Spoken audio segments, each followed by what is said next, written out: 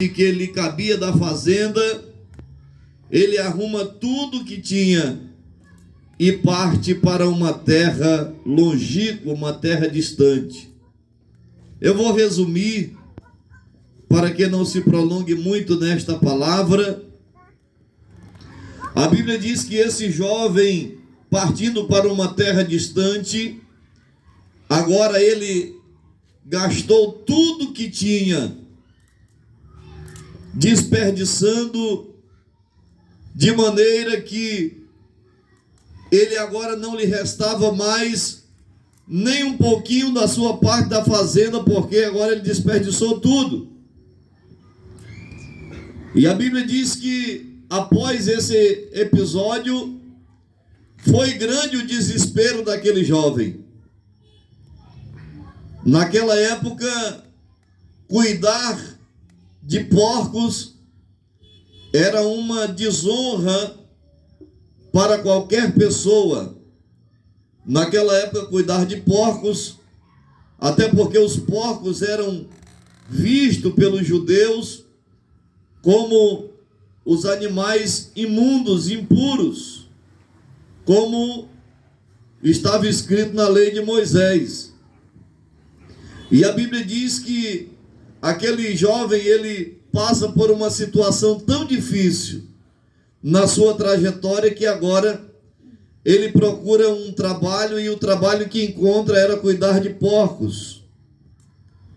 A Bíblia diz que ele estava num estado de fome tão terrível que ele desejava comer das bolotas que caíam da boca dos porcos, ou seja, o resto de comida, aquela espuma que caía da boca dos porcos, ele desejava comer, de tão grande que era a fome que ele estava passando no momento. E enquanto isso, queridos, o pai estava à espera do filho na sua casa. Desde quando aquele filho sai, ele fica à espera do seu filho. Algo muito interessante que eu observo nesse texto, diferente da ovelha perdida, aqui a Bíblia nos mostra que o pai deixa o filho à vontade, ele não vai atrás do filho implorando para que o filho volte para casa. Mesmo o pai tendo a razão, ele espera que o filho, ele se toque, ele caia em si na situação que ele estava vivendo e retornasse para a casa do pai.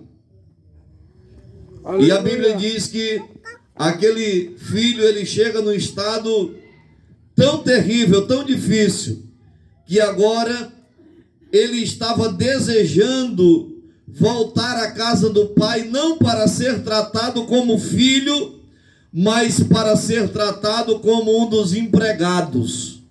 É tanto que quando o filho retorna para casa e encontra-se com o pai, ele diz: pai, pequei contra o céu, faz agora, e contra o Senhor agora, faz agora de mim como um dos teus empregados, trata-me pelo menos como um dos teus empregados. Mas a Bíblia diz, naquele momento, queridos irmãos, nós vemos que aquele pai não lançou em rosto o pecado, não lançou em rosto o erro do filho, mas ele o abraçou, perdoou, deu vestes novas e fez uma grande festa pelo retorno daquele filho. Aleluia! Queridos irmãos, esse pai representa o Senhor Jesus Cristo, e o filho representa aquelas pessoas que estão distantes da sua presença, aquelas pessoas que se afastaram de Deus.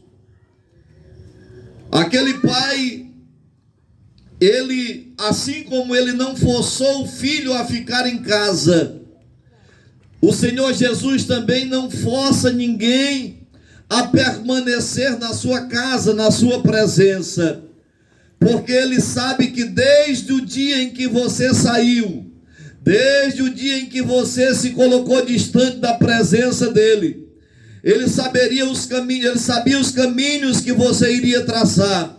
E que uma noite como esta, uma noite fria, você ouviria uma palavra vinda da parte dele dizendo: filho, é momento, é tempo de voltar para casa.